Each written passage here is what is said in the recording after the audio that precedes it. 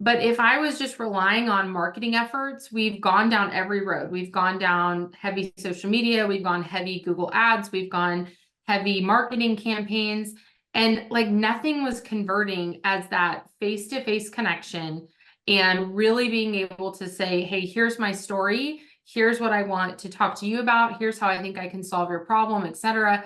As it was in face-to-face. But of course, we need to amplify that, right? So then it became, well, how do I do that? How do I get in front of thousands of people as opposed to just having coffee with one person every day, right? Like we need to multiply it. And that's really what podcasts did. Welcome to the Business Ownership Podcast, brought to you by Awareness Strategies, helping you navigate the waters between entrepreneurship and ownership. Hey there, peeps. This is Michelle Nedelec, and I'm super glad that you're here with us today because I'm here with my most amazing guest, Nicole. Nicole, thank you so much for being here with us today. Thank you so much for having me. Awesome. I'm excited to have you. I need to start with giving everybody the highlight of who you are and what you do for business. Yeah, awesome. Well, thanks again so much for having me. I'm excited to be here. So I would describe myself as kind of a serial entrepreneur, have multiple businesses now. And the one I think we're really hoping to talk to today is a little bit about the podcasting community and the amazing way that podcasting really helps grow businesses. So I grew up in small business. I've worked in corporate life. I had a business that was in staffing. So I have worked with business owners at every stage, every industry, and really find that supporting them is truly what I love to do. Nice. So how did you find your way into podcasting as one of the many things, but as the thing? I know, right? So it was actually funny enough. I actually just did an interview with our very first podcast client that was like 7 years ago. And I cannot claim that it was like our genius that figured it out, but he was in the space that many business owners were, where they want to get the word out. They know they have a great product or service. They need exposure, but they're not maybe at the place where they can spend $20,000, $30,000 a month in the Google ad game or have really a way to get that awareness out. And so we started utilizing podcasts as a really great way to communicate their message or their service, establish them as that expert, and then the fringe benefits, as I'm sure you know, are just incredible. And so we realized that we were onto something and saw that this worked. And so we launched our company a few years ago, and it's been a great marketing effort for me as well. So big fan of the industry. Well, yes, you are clearly singing to the choir on this one, but we're going to have a ton of Yeah. fun with it. So kind of fast forward to today, who would you say is your ideal client or your favorite client to work with? Yeah, so I would say probably my favorite client is really the individual that knows, because I've been in this space, right? They know that when they can sit down with a business owner or prospective client, that it's an easy close, right? They know they're solving a need, they know there's a gap, and they just need to bring more awareness to that. They want to open up other pipelines. They want to get the word out, and they're just struggling and maybe finding that social media or print media is just not converting, right? And I was in that space. And so that's probably some of my favorite clients to work with because I can easily walk them through how podcasting is just all those things in one.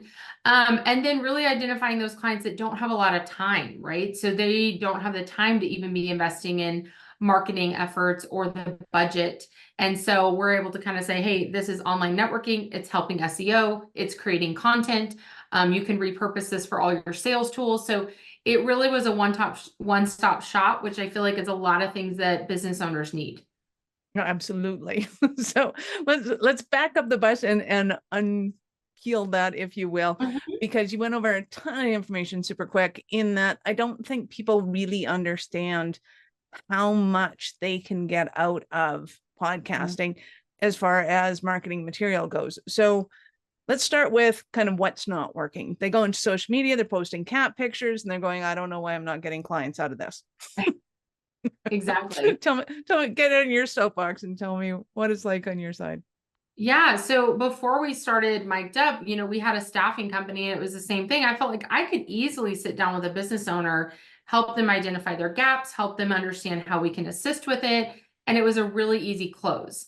But if I was just relying on marketing efforts, we've gone down every road. We've gone down heavy social media, we've gone heavy Google ads, we've gone heavy marketing campaigns, and like nothing was converting as that face-to-face connection and really being able to say, hey, here's my story, Here's what I want to talk to you about. Here's how I think I can solve your problem, etc.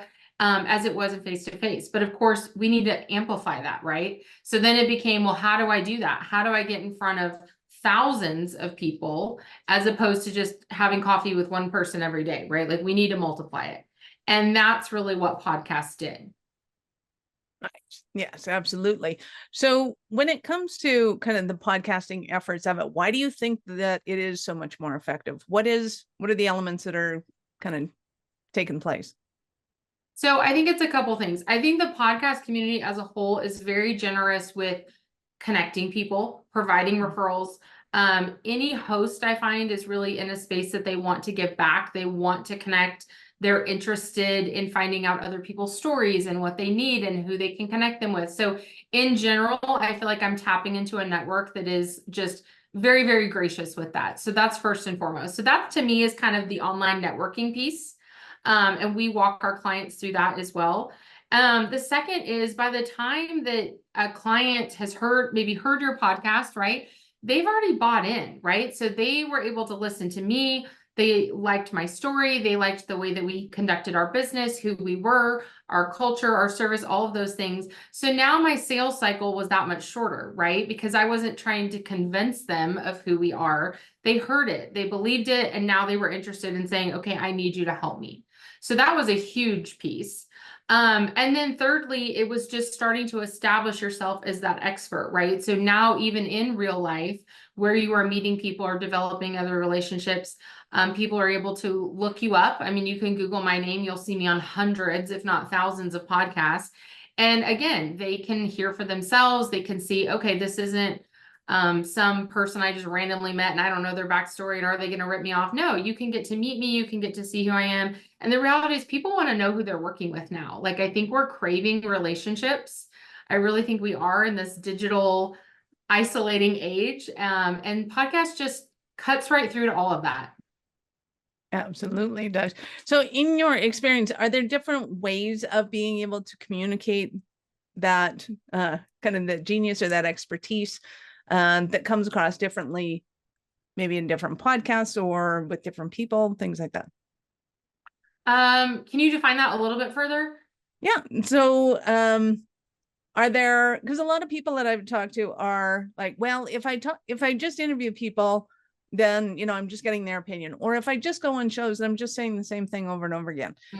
Can you address that, as a, as an objective? Let's go that way. Yeah. Well, I think everybody has a unique backstory, service, product, and way of conducting their business. And so back to people want to work with aligned people. So not only are you attracting the right clients by that, but you're really able to differentiate who you are. So there's hundreds of staffing companies, right? But what I can tell you about my story and who I want to serve and how we serve is going to be very different than another staffing company. So we want to attract the people that are going to work well with us and that understand what we're bringing to the table. So podcast just makes a very great way to have that platform. Nice. So when you're working with somebody, what does that look like? Do they necessarily have a podcast? Are they thinking about podcasting and they just go and guesting? How does it usually work when they come to you? That's a great question because I get that asked a lot. Like, well, should I be a host or should I be a guest? So the short answer is I think both are great. But I think there's different times in your business where those are appropriate. So for instance, what I always use the analogy of is what's easier to show up at someone's house for dinner and it be all about you and they did all the work, or for you to be the one hosting. Both are great experiences. I love hosting, right? But there's some times where I would love to just go to someone's house because I don't have the time to clean my house, prepare everything, do all that. You're a podcast host. You know that there's a lot of work and administration that goes into it. If a good podcast host is going to really promote that guest, is going to be involved in that. And so that's more legwork. That's not necessarily the stage that I would recommend for a business owner that's really in growth mode, right? So if you're really in growth mode, it's a great place to be a guest. The show is about you. The show is going to produce content for you. You're going to be able to ask and have those relationships. So that's a great space. But I hope to be in the next near future in the hosting space. I now have built up my business. I have great connections all over the country. And I would love to be in that give back learning space to connect people and get to know more people, which still provides benefits to my business, right? but I'm not necessarily in growth mode where I'm trying to build up those pipelines.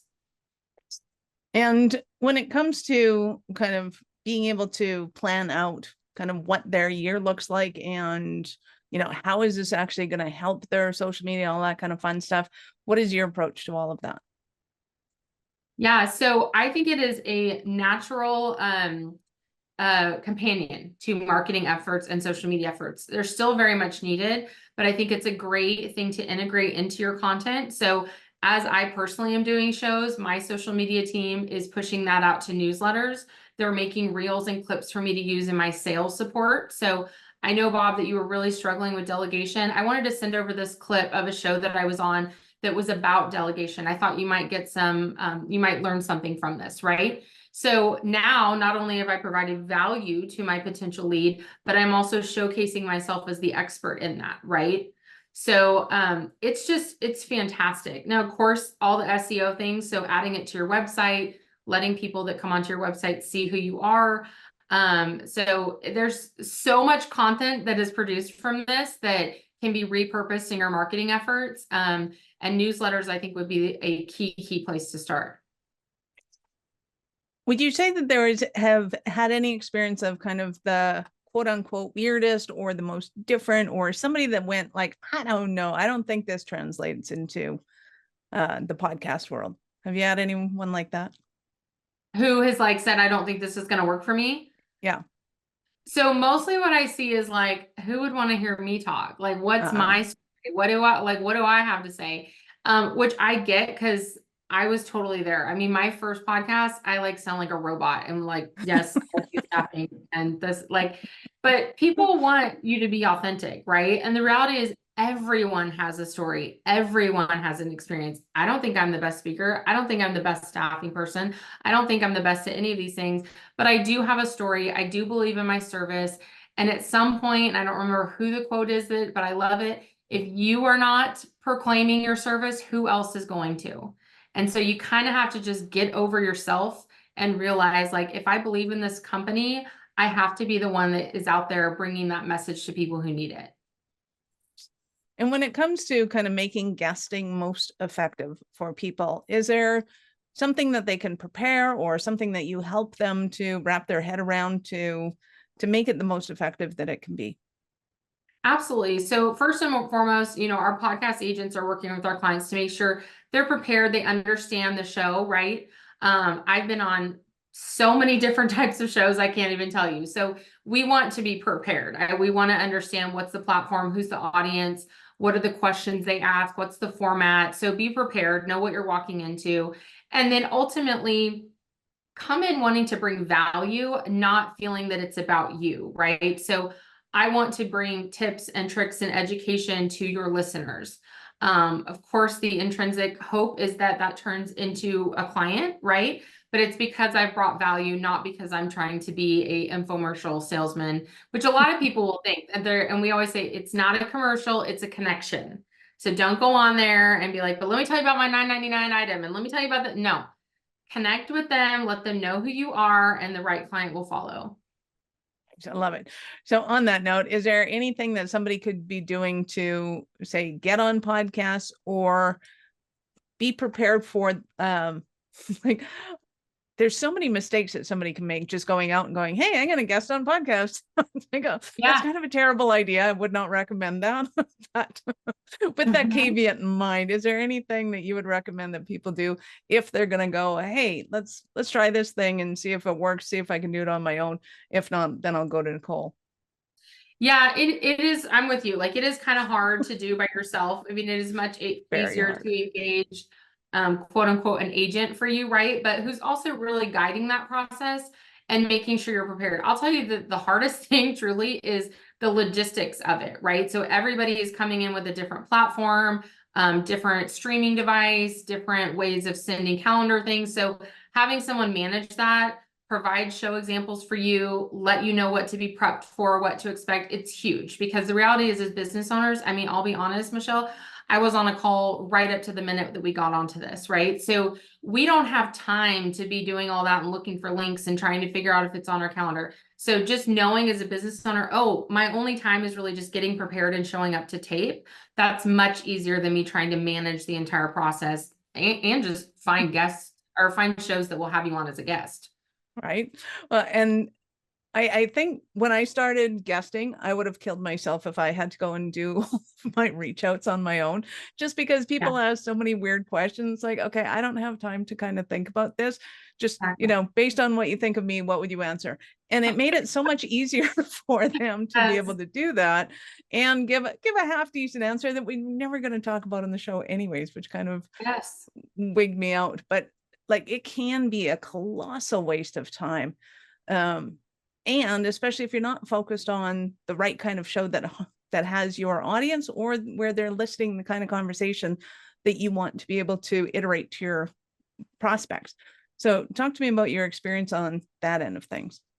Yeah, well, we'll have a lot of, I mean, I'll see even in the competition market, so to speak, where it's like, oh, we promise we'll get you on 100 podcasts a month or whatever, right? Well, that's like spray and pay method, right? Like, so it's like, okay, well, I'm a business owner. Why am I on Golden Retrievers monthly, right? So we want to make sure like, and that's a big thing that we do is like sitting down and saying, who are you wanting to get in front of? Like, what are opportunities that you see for your business? Where do you think your clients are living? And then let's go find those spaces, right? We can get you on any show, but that's not going to provide a return to you, right? There's no value in that if that's not where the listening audience is, or where the host is in those networks either, right? So that's a big piece of it. So yeah, definitely. I don't want to say, I don't want to use the word waste because I think you can grow from anything, but even if you're doing it on your own, don't waste your time, so to speak, on places that have nothing to do with what you're hoping to accomplish. So really honing in on like, but where are my potential clients living and listening? And that's where I want to focus on. Nice. I think there can be a lot of damage, especially, if you're promoting butcher shops and you're on the lab show, that's probably not a good fit. Yeah, Definitely going to get a little turned off. Why does she staff golden retrievers? Does she, like what is she using these for? So yeah, absolutely. It's a terrible idea. There are bad ideas and then there are terrible ideas. And I have seen some terrible ideas. And you also made a great point with the, there was getting on the right shows, being prepared for them. And then the kind of elephant in the room sometimes is, well, why would they promote me if I do the same thing that they do? It's like, well, because you do the same thing they so talk to me about that one and what your experience with that is too. I mean, it kind of goes back to what we were saying at the original. Like, I find that most of the podcast hosts are in a very generous space. You're not spending all this time and effort and financial commitment if you are not interested in learning from others and connecting others. So yeah, I mean, of course, we're not necessarily going to have like a competitive market going on, but it is kind of a rising tide lifts all ships environment. So if we have an author going on, another author show, that's only lifting all authors, right? And all exposure of that and the great benefits that reading and new authors coming in, so we don't really see a ton of that as far as like people being like, no, they're too close to home to me. That's not the point of it. And again, it's not a commercial, right? It's not like, well, no, that's going to be my promo spot. It really is about giving back and education and value. Absolutely, it is. So hopefully we've hit on kind of all the objections that you might have had consciously or subconsciously. And in a minute, I'm going to ask Nicole about one of her Cinderella stories. So we'll be back in a moment. Are you running a business over 7 figures but still struggling with technology headaches? Pay attention, you do not want to miss this offer. This podcast episode is brought to you by Awareness Strategies, who is offering a custom-built digital adoption roadmap for anyone running a business over 7 figures who's wanting to grow their business in the next 5 years. And it's not just a roadmap, they offer full implementation as well if that scares the out of you. Check out awarenessstrategies.com/roadmap for more details today. The link's in the show's notes. Don't regret not doing this. Do it now. That's awarenessstrategies.com/roadmap. So I'm super excited to hear about a Cinderella story of one of your clients. Yeah, so we had an individual, let's call her Sally, and she was really in that space, which we touched on a little bit of just kind of like, I'm not really sure why anyone would want to hear from me. She was very hesitant to be forward facing of her business at all, right? And so she had done some podcasts and it was kind of like, oh, it's just nothing really come of it. And so we said, well, let us walk you through why this has been successful. And it's actually very easy for me to talk to because I am also a customer of Mic'd Up and I use this and know how this works. And so what we were able to really do is not only help guide her in how, like, taking yourself out of this, understanding that people want to hear your story and build that connection. So only focus on them, right? Like only focus on the audience and what you're wanting them to know about you and about what you're bringing to the table here. And then now let's talk about like how you're going to utilize this and be able to go in for those referrals, follow up and build networks, build relationships. And she has just seen that grow tenfold. She has a couple pipelines that have been over 6 figures for her through podcasts. Following, we have like a whole system. The first one is actually called Green Room ROI. So we teach our clients, like, when that recording goes off, like that is where you go in and are able to say, hey, so Michelle, you've heard all about me now. Is there anyone in your network that you think could help me or I could help, you know? And likewise, Michelle, tell me more about you and who could I bring to you, right? So we coach our clients on all of that. And so we have amazing retention at our company because people are really following those steps and seeing that, and they're seeing these relationships continue to build. And so it's been awesome to see. I love it. I know our listeners are going to want more from you. How did they start that journey with you? Yeah, so you can go to our website. It's just called micdupbooking.com. So MICDUP booking.com. And you can contact us on there, or you can email me at Nicole, Nicole, at micdupbooking.com. Right. We will, of course, have all of Nicole's links in the show notes. So go ahead and scroll down, click on the links, open them up in a new browser because we're not done yet. So, Nicole, I get to ask you, at what point in life did you know you were special kind of crazy enough to think that you could become an entrepreneur? Well, it's funny enough is I don't know that I even had the moment. It was just sort of like, I'm doing this. Okay. Which is actually so much of my life. We're moving to Texas soon and I just bought a house off of FaceTime. So we just kind of like make decisions and keep moving. So just go for it. That's what would be my advice. Awesome. I love it. I'm super excited to hear about how the house hunting went, or buying or moving in went. That'll very be quickly. Awesome. Yes. Nice. You've been absolutely awesome. Any last words for our peeps? No, I so appreciate your time and for having me. Yeah. Absolutely. I appreciate your time. I know how valuable it is. So thank you for being here, Nicole. Absolutely. Thanks so much. Awesome. Peeps, thank you for being here with us today. Be sure to subscribe to the show and share it with your friends. We love helping entrepreneurs grow. Are you running a business over 7 figures but still struggling with technology headaches? Pay attention. You do not want to miss this offer. This podcast episode is brought to you by Awareness Strategies, who is offering a custom-built digital adoption roadmap for anyone running a business over 7 figures who's wanting to grow their business in the next 5 years. And it's not just a roadmap. They offer full implementation as well if that scares the out of you. Check out awarenessstrategies.com/roadmap for more details today. The link's in the show's notes. Don't regret not doing this. Do it now. That's awarenessstrategies.com/roadmap.